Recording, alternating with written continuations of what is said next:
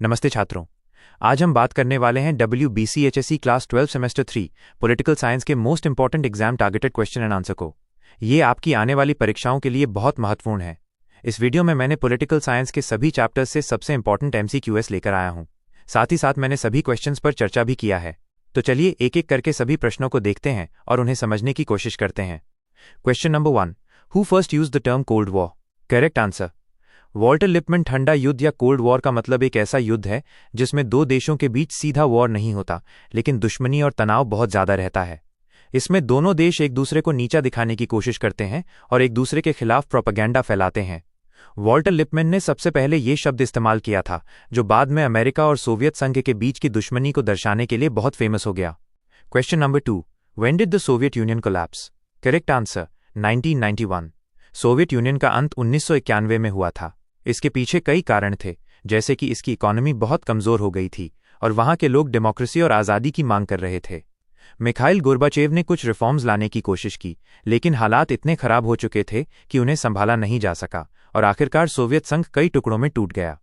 Question number 3, in which city is the IMF headquarters located?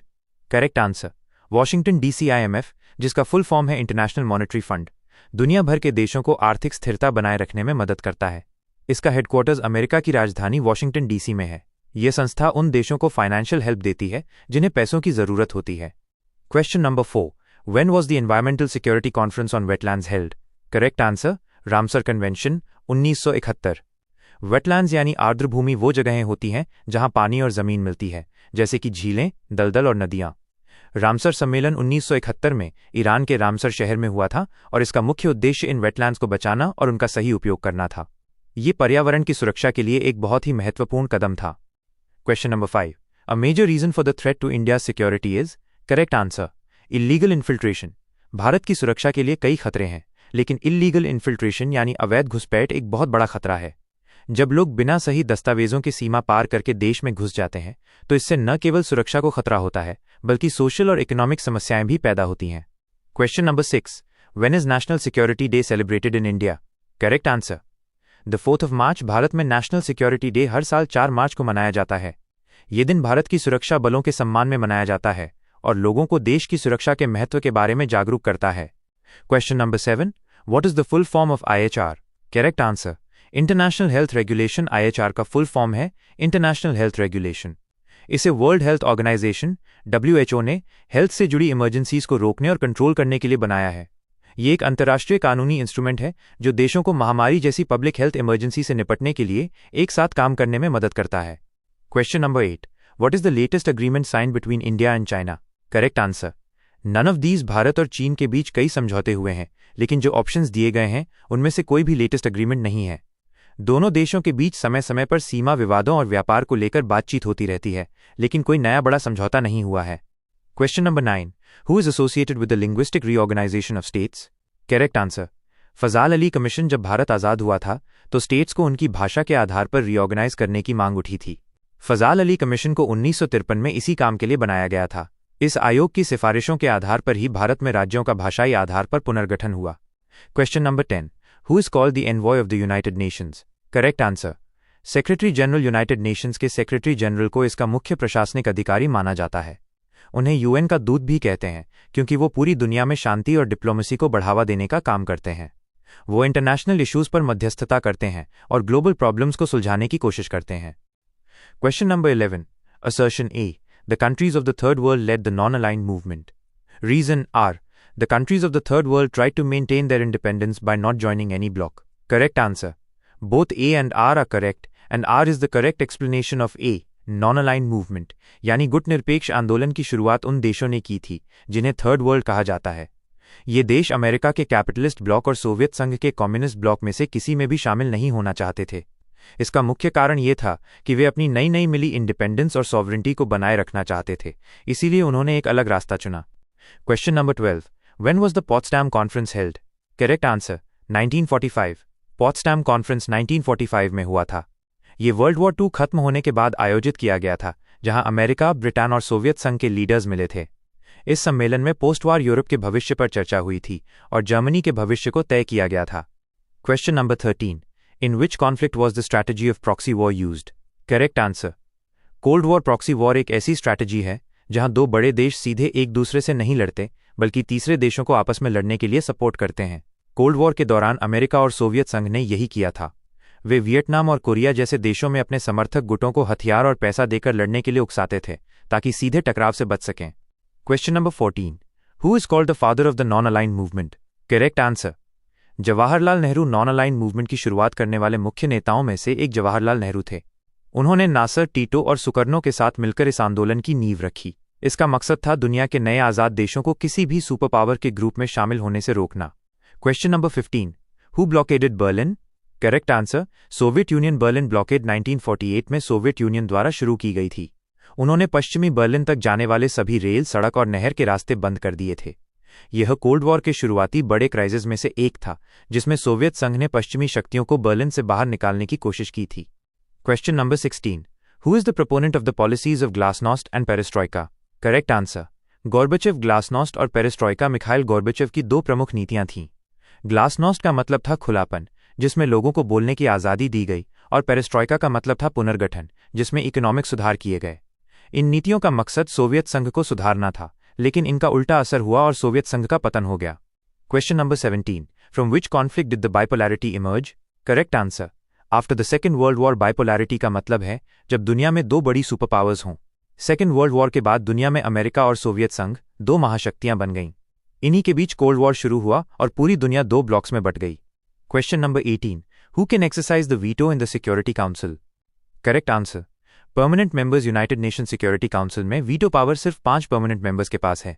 ये 5 देश हैं: China, France, Russia, UK और USA. Veto power का मतलब है कि अगर कोई एक परमानेंट मेंबर किसी प्रस्ताव के खिलाफ वोट करता है तो वो प्रस्ताव पास नहीं हो सकता। Question number 19। Who was the first secretary general of the United Nations? Correct answer, Trygve Lie United Nations के पहले सेक्रेटरी जनरल थे। वो नॉर्वे के थे और 1946 से 1952 तक इस पद पर रहे। उन्होंने यूएन की स्थापना में बहुत महत्वपूर्ण भूमिका निभाई थी। Question number 20। When was the NPT signed? Correct answer, 1968।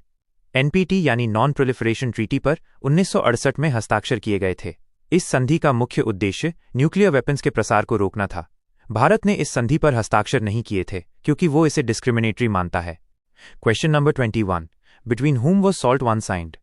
Correct answer, America and the Soviet union. SALT I यानी strategic arms limitation treaty America और सोवियत यूनियन के बीच 1972 में हस्ताक्षरित हुई थी। ये कोल्ड वॉर के दौरान दोनों महाशक्तियों के बीच न्यूक्लियर वेपन्स की दौड़ को कम करने के लिए किया गया एक बहुत ही महत्वपूर्ण समझौता था। Question number 22। What is the full form of start? Correct answer, strategic arms reduction treaty. Start का फुल फॉर्म है स्ट्रेटेजिक आर्म्स रिडक्शन ट्रीटी।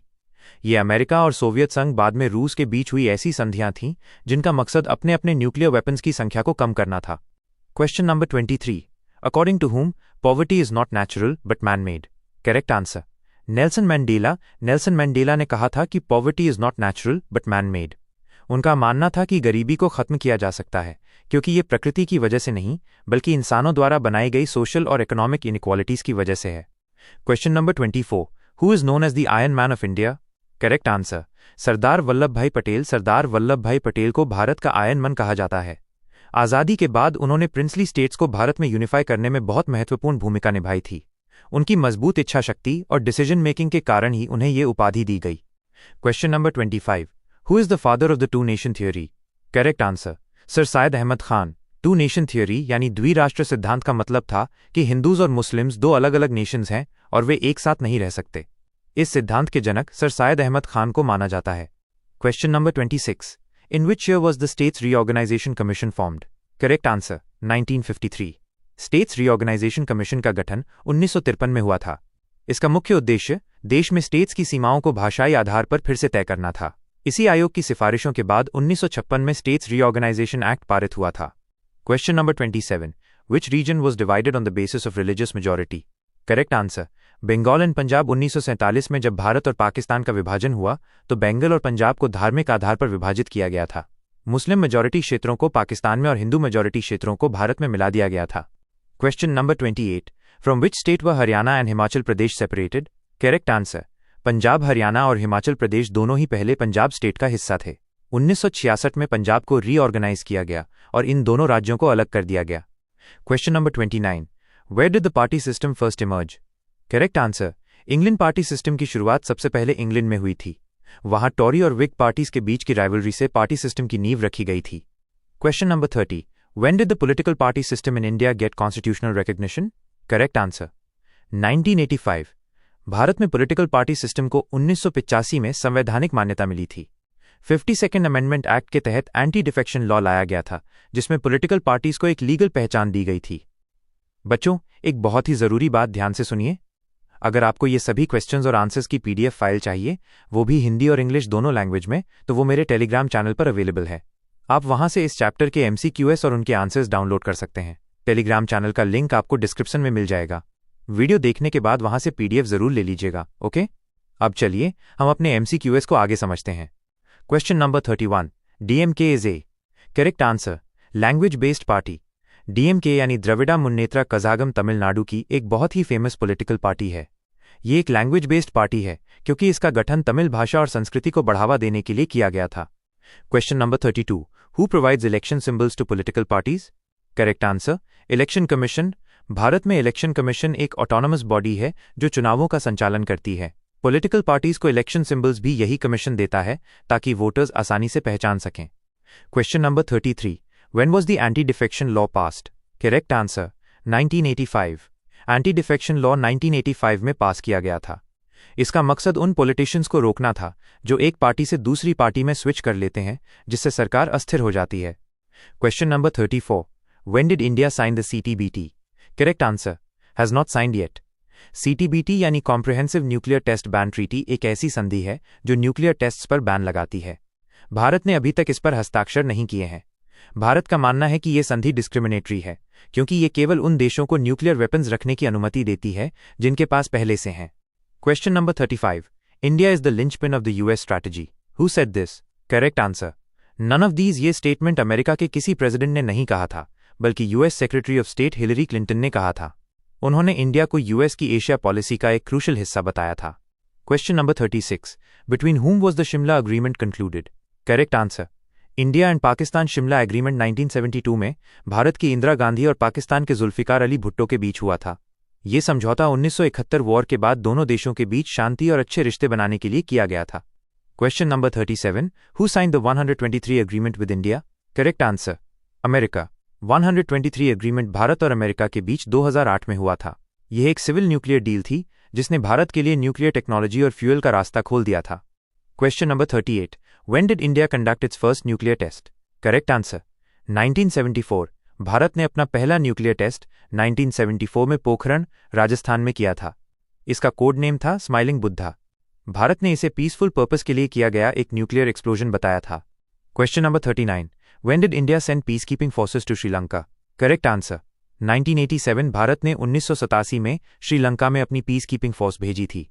इसका मकसद श्रीलंकन गवर्नमेंट और तमिल रेबल्स के बीच शांति स्थापित करना था. Question number 40. We are not a part of any side or military alliance. We are only a part of one side and that is the side of piece.